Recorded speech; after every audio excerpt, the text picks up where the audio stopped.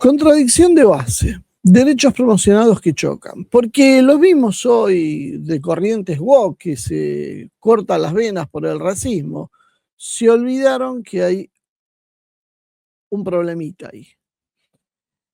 Las agendas a veces se venden como más derechos, pero en la práctica crean jerarquías de derechos. Cuando los derechos compiten entre sí, el sistema elige uno y otro desaparece. ¿Por qué digo esto? Porque en este caso se cruzan dos de los relatos dominantes de la actualidad, los mismos que en Brasil hoy son eje de la política y que lo fueron en la Argentina hasta hace poco, ahora más o menos, porque tampoco han hecho grandes cambios en la Argentina, ¿no? La legislatura más o menos sigue igual que antes la legislación. Hay una mujer, obviamente vulnerable, está en un país extranjero, sufre una situación de apremios, acoso sexual, amenaza sexual. El video está mostrando a este hombre, mostrando los genitales y riéndose. Y no sabemos siquiera si hay una denuncia sobre esto.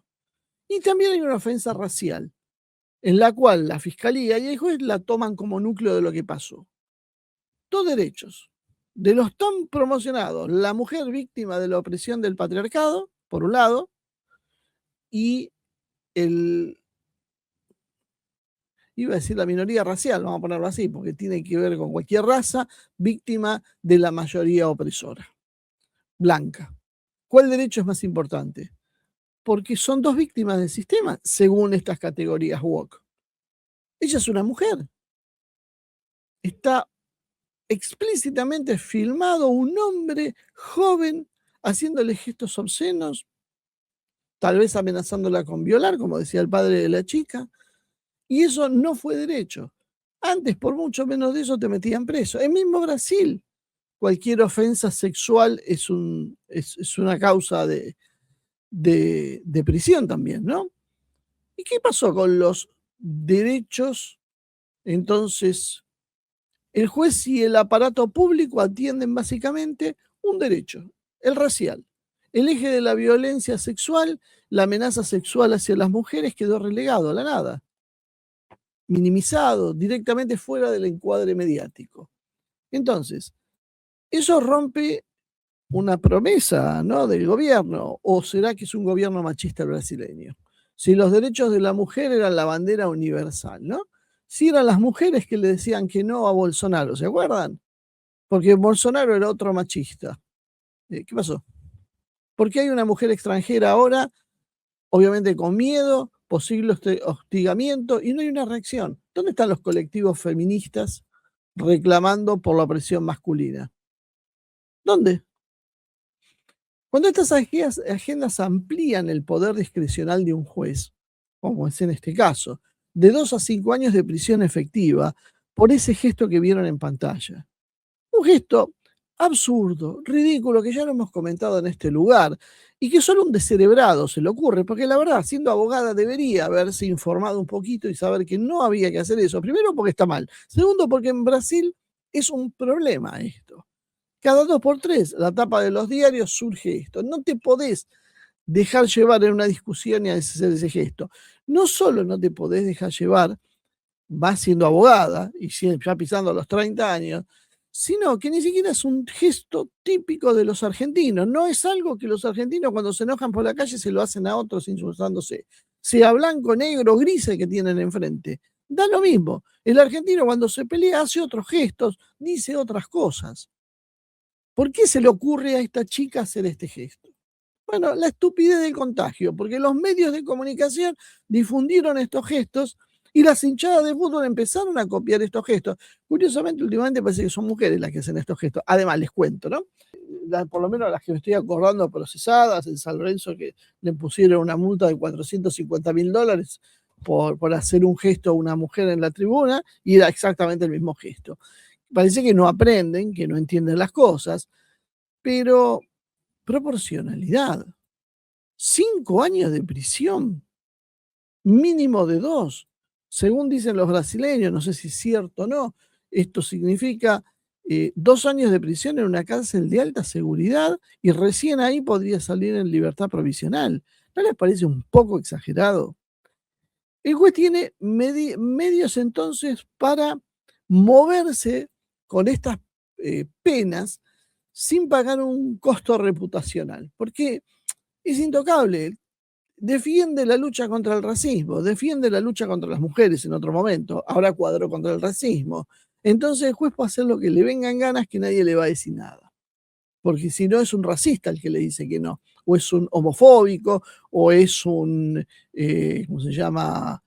Un misándrico, o un misógeno, depende al que se le haya ocurrido ponerle el tilde.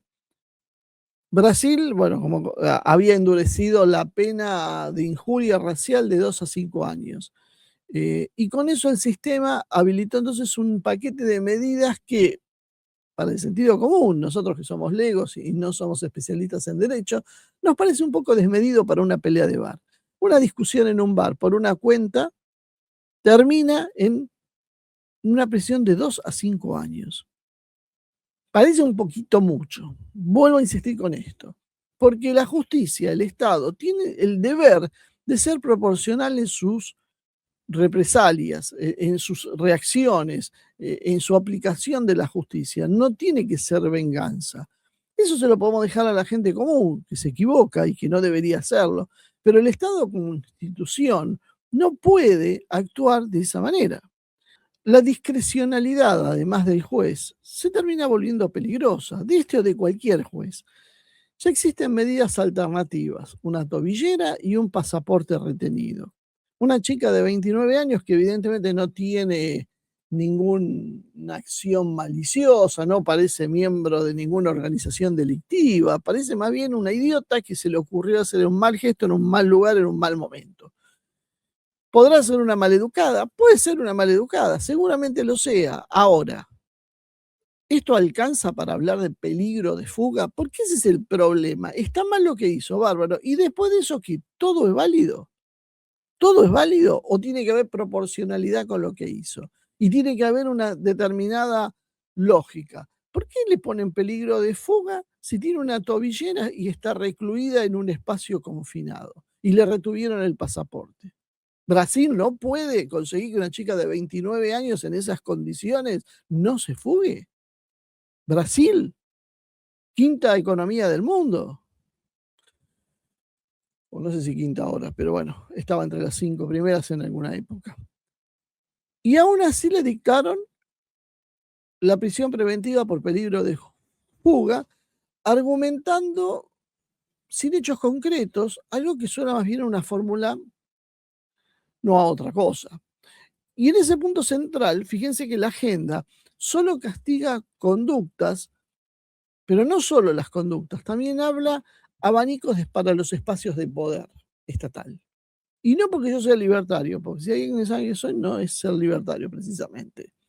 La justicia deja de corregir las conductas y pasa a producir ejemplos. Y eso no es función de la justicia. La idea clásica, en realidad, es que el derecho penal tiene límites. Debe castigar con proporcionalidad y reeducar socialmente con reglas claras. Evidentemente este no ha sido el caso. Ahora vemos un efecto social que se transmite en forma ejemplificadora.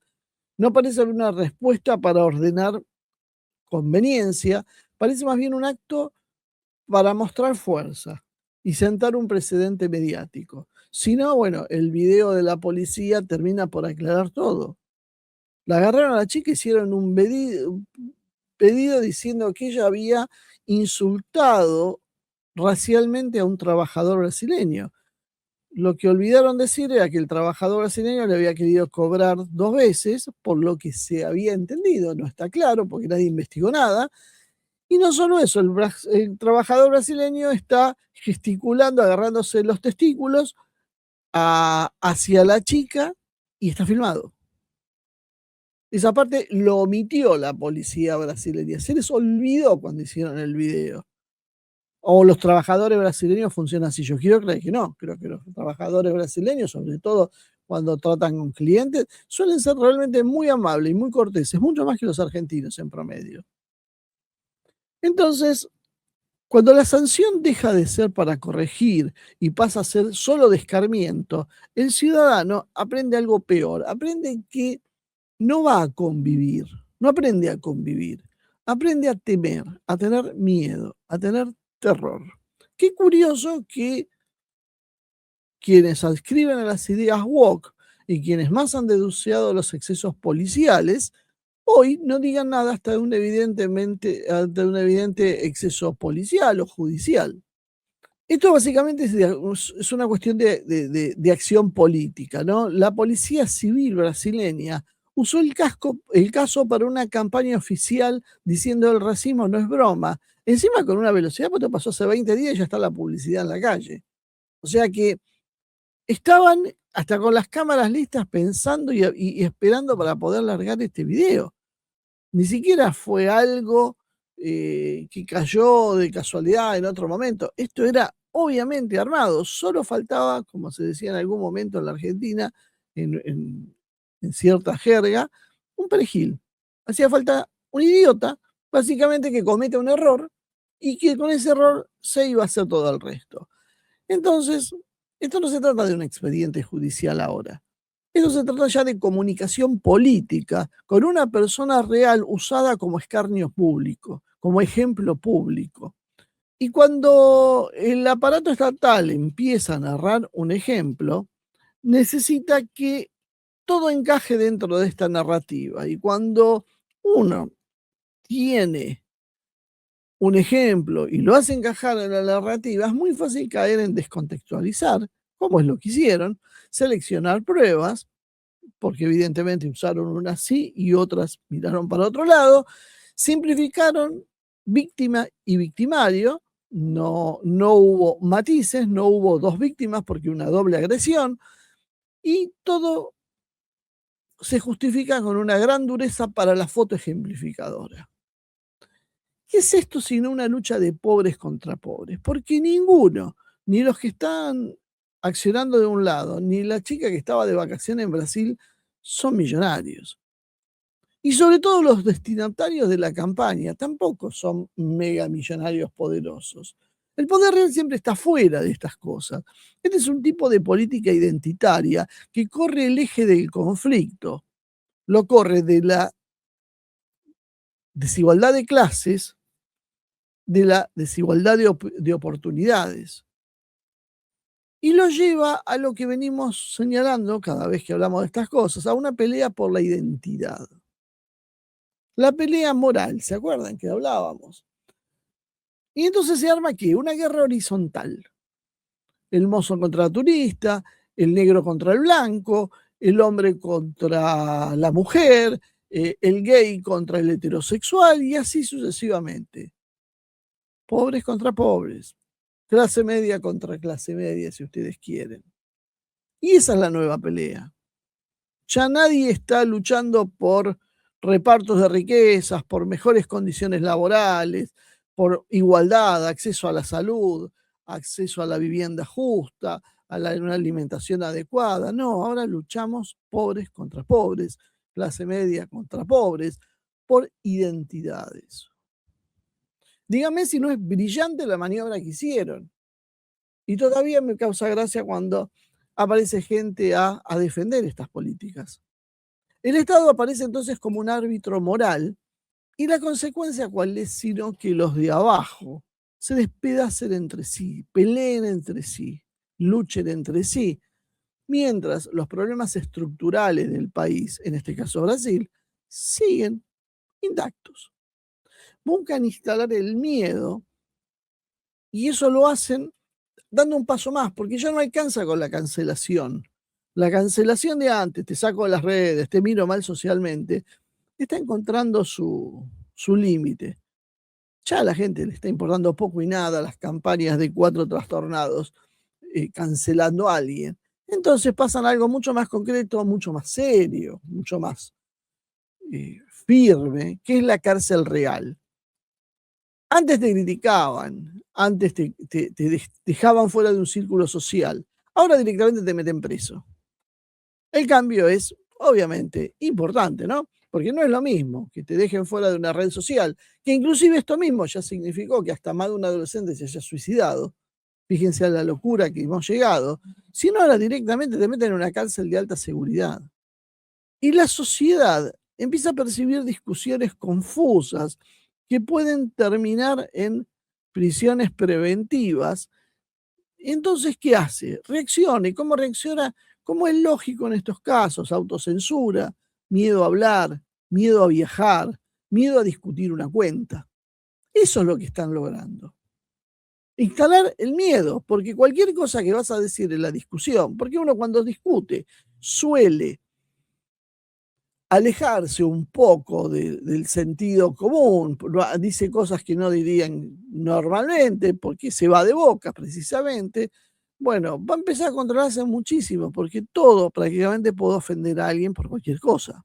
Entonces aparece el miedo a las cámaras, el miedo a que la cámara capte y alguien recorte luego un gesto, como pasó, porque reclamaba Iván, ¿y por qué no están los videos completos? ¿Por qué no muestran cómo fue la discusión? ¿Cómo se entiende todo el contexto? No, no, solo ponen el gesto de la chica, sin un antes que justificara lo que pasó.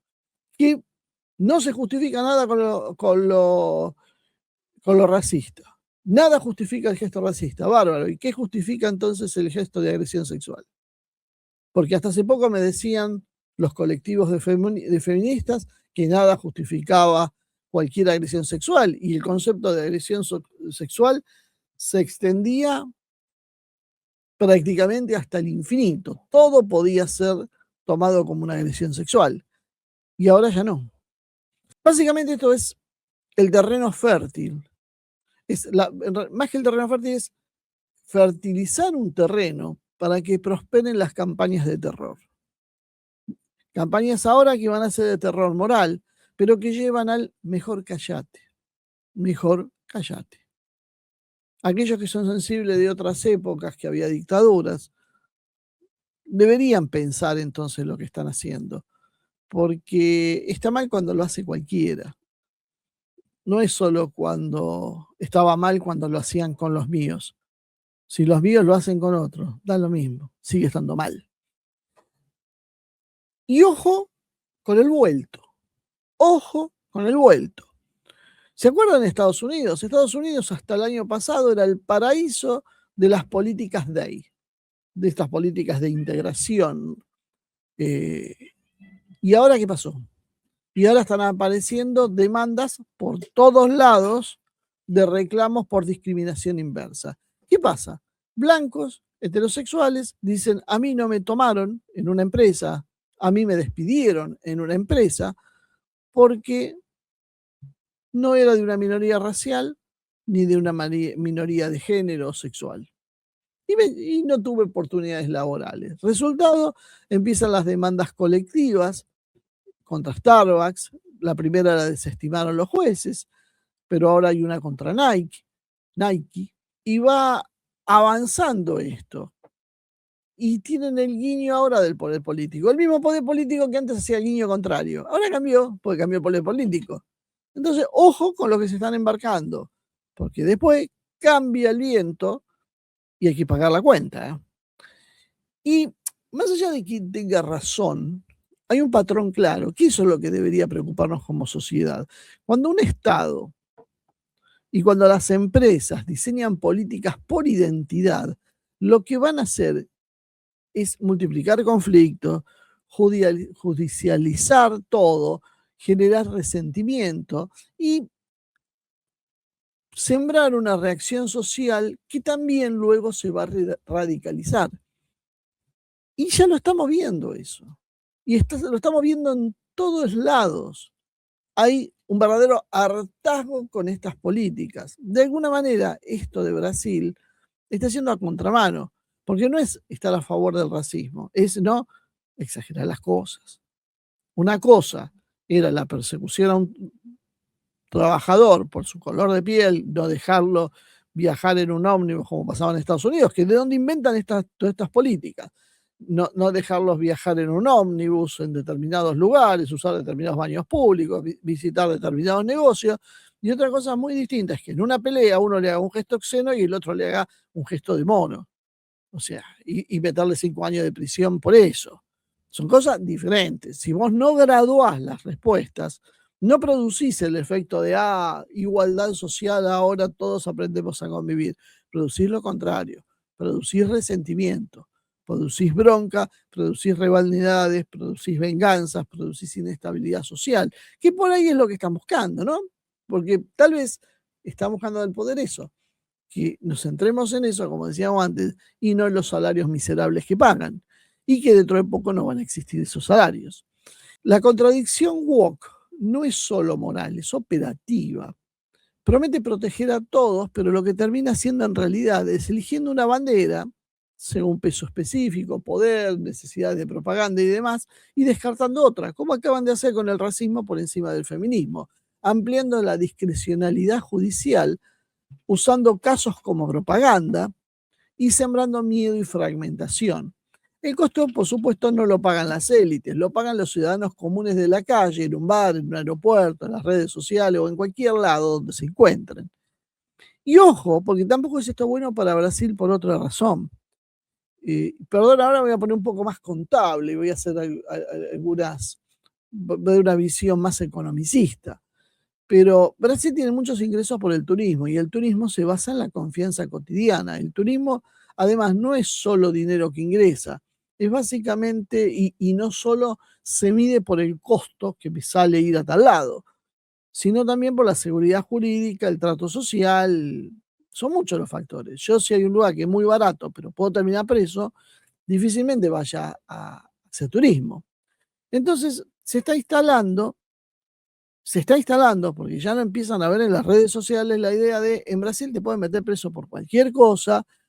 Ojo que cualquier episodio confuso podés terminar en la cárcel. ¿Y eso a qué va a llevar? Sino que al turista diga, bueno, me voy a otro lado.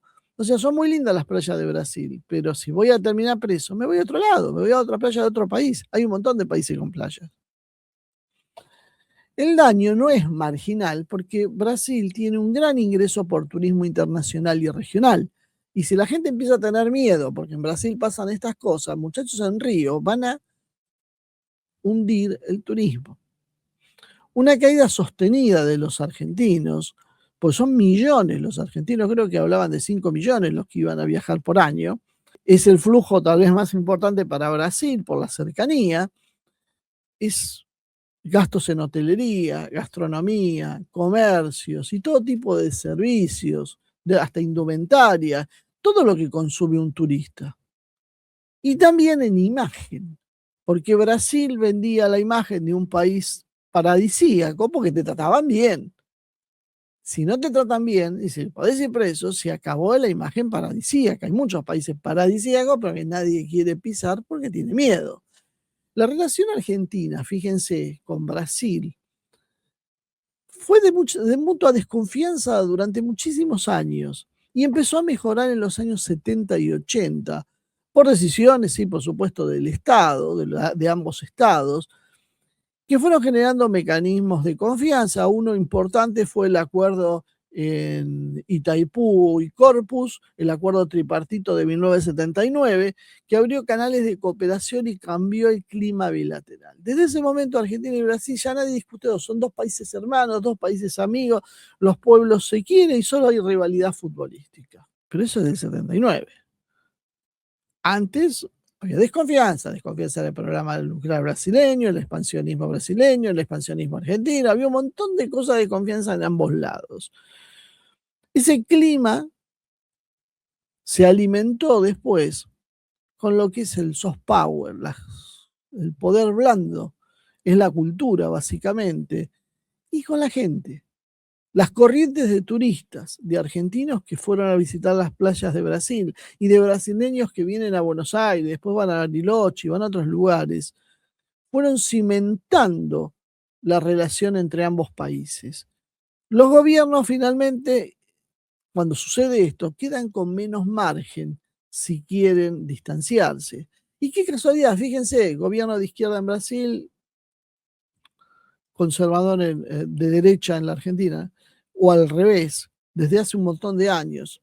Estos términos son una basura que yo no acepto, pero digo para que se entienda, ¿no? Entonces, los dos gestos van y vienen, y uno se pregunta, tanto se construyó para la unidad latinoamericana, la unidad iberoamericana, donde las dos cabezas son Argentina y Brasil, para que se empiecen a petardear de esta manera.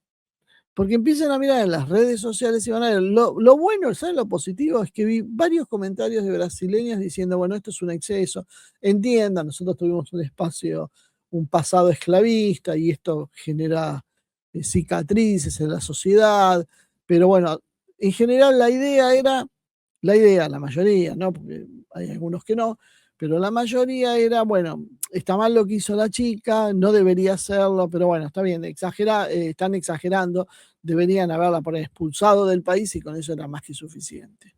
Y eso de alguna manera tempera, porque si del otro lado los brasileños empiezan a endurecer en su posición, bueno, la rivalidad va a seguir creciendo. Hay ciclos de cambio, dólar alto o bajo en alguno de los dos países, que generan estos aluviones de turismo. Y Brasil, por la cercanía, suele ser el receptor natural y muchas veces el emisor, porque esos turistas vienen a Argentina. Ahora, como Argentina está cara en dólares y Brasil barato, el flujo es de argentinos hacia Brasil. Es decir, el turismo fue una piedra fundamental para normalizar el vínculo social entre ambos países, aunque no haya sido tal vez el único factor, ¿no? Pero fue importante, fue clave. Este tema lo afecta, es delicado. El punto en realidad no es si la injuria racial es grave, que puede serlo, depende cómo se haya dado. Esto fue una discusión, nada más. El punto es el salto de control, porque cuando se normaliza un episodio de salida de un boliche, como pasó ahí, y esto se termina en una prisión preventiva y una prisión efectiva después, pese a haber medidas alternativas, porque hoy no hacía falta que esté en prisión preventiva porque tenía el pasaporte detenido y le habían puesto una tobillera electrónica. Uno empieza a ver cómo el Estado empieza a subir la vara con fundamentos amplios sin pagar ningún costo social. Ojo, acá nos quejamos de esa vara que sube Milei y allá la sube Lula, pero lo importante es que la vara sube en los dos lados. Esto no queda solo en racismo, queda en un precedente cultural de cómo se empiezan a endurecer. Y si la policía además termina usando el caso como campaña, con esto de que el racismo no es broma, el expediente deja de ser solo un expediente judicial, que bueno, a veces pasan estas cosas, y pasa a ser un instrumento de comunicación estatal. Y eso incentiva una lógica de caso ejemplificador y eso endurece el sesgo confirmatorio. El Estado ya contó una historia, el Estado brasileño contó una historia y ahora lo que busca es que el caso la confirme. El turismo, entonces, no viaja a un país en donde se siente que una discusión pueda terminar en una cárcel por una cuestión de interpretaciones. Y cuando se instala, aparece dos tipos de efectos. Uno es la caída del turismo, como la que estábamos diciendo, me voy a otro lado, olvídense que voy a pisar Brasil a ver si todavía termino preso. Y el deterioro del trato, ¿viste? Todo el mundo empieza a sospechar de todo y esto retroalimenta el problema. Si el sistema prioriza el castigo por sobre la proporcionalidad, Brasil en realidad va a terminar perdiendo por partida doble, porque pierde por el turismo que decíamos, pierde capital político en la región, porque pierde confianza como vecino, y de rebote habilita a su propio Estado a expandir discrecionalmente el control y la represión, porque la población aprende que esto es normal que suceda. Nosotros cuando vamos a Brasil nos llama la atención y siempre decimos, ojo con la policía en Brasil, que no es como acá, allá no hay que hacerse el loco porque no se termina bien. La dureza con que se aplican las reglas es muy distinta a la de la Argentina. Guarda con ese tema. Eso es independiente del gobierno que hay. Entonces ya tenemos un problema que se puede llegar a agravar. Y esto hoy muestra un mecanismo claro y podríamos decir ya muy usado, que es básicamente usar una causa moralmente buena, como luchar contra el racismo, como un caballo de Troya para expandir el control y la discrecionalidad. Básicamente se toma una causa que es intocable, porque nadie puede hablar mal de este tipo de endurecer las penas contra el racismo, porque quedas como un racista, y esto es un cheque en blanco para aplicarlo contra cualquier cosa. El racismo, la violencia contra la mujer, el odio, son palabras emotivas y detonantes donde nadie va a querer quedar del lado incorrecto. Y esto básicamente baja el umbral de la crítica y facilita las medidas excepcionales.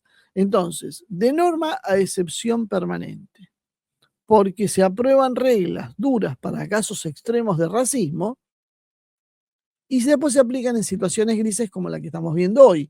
Y la excepción se termina transformando en una costumbre. Y esto es un abanico discrecional para jueces y policías, con figuras penales amplias y cargadas de una evaluación moral, donde el Estado tiene margen entonces para la detención preventiva o la prisión preventiva de manera fácil, donde hay cautelares restrictivas, hay control de movimientos como el pasaporte y demás, y mayor intervención policial. Están haciendo un Estado policial, dicho de otra manera. Se elige entonces para eso un caso mediático, se lo simplifica, racista y agresor, nada más, no pasó más nada, es solo alguien, en este caso una chica, que enloqueció y empezó a hacer gestos racistas contra un pobre trabajador brasileño. Así se presenta el caso. Se lo descontextualiza, nadie dice que le querían cobrar 2 veces, nadie dice que le había insultado, nadie dice que había hecho gestos obscenos, y se lo usa para mandarle un mensaje a toda la sociedad. Cuando hay campañas oficiales de esta manera, el incentivo a endurecerse va creciendo. La sanción deja además de ser proporcional y pasa a ser pedagógica, a la fuerza. Miren lo que pasa si ustedes bromean con el racismo, como dice la policía brasileña. Y eso es disciplina por miedo, no por justicia. Entonces, esto es útil para acciones políticas. Fragmenta socialmente al pueblo brasileño, en este caso, al convertirlo en una guerra de identidades, un conflicto, como ya explicamos, que se vuelve horizontal, de pobres contra pobres, mientras el Estado, en manos de las élites, queda como un árbitro moral y se evita discutir la desigualdad, la corrupción y los privilegios reales que existen en el sistema. La gente entonces empieza a callarse, a no discutir, a evitar temas. No hace falta entonces censura formal, alcanza con una amenaza plausible de consecuencias. El turismo y el vínculo regional son un daño, ojo con este punto, porque nosotros dijimos lo negativo que era, pero si el objetivo es control, vean Davos, vean lo que hacen las élites globalistas y no se olviden de la escuela que viene Lula, si esa escuela globalista intenta aumentar el control, fíjense que nos han puesto identificación antropomórfica, nos revisan cada cosa que hacemos, nos condicionan cada cosa que hacemos, porque ellos creen que esa es la forma adecuada de conducir una sociedad. Sacrificar el turismo y el vínculo regional termina siendo un daño colateral aceptable. Es decir, si el objetivo que está persiguiendo en este caso el gobierno de Lula, en consonancia con sus mandantes extranjeros, anteriormente eran los de Bruselas, ahora está mirando con cariño a Trump, básicamente es el control interno y señales políticas. Entonces el costo externo en imagen o turismo que yo mencionaba antes, la tensión con países vecinos, es un costo accesible, inclusive aprovechable. Y el final, bueno, básicamente es el que no quieren ver los que defienden las políticas woke. Los derechos terminan siendo convertidos en herramientas de coerción, se mantiene el discurso de protección, pero se opera con una lógica de disciplinamiento.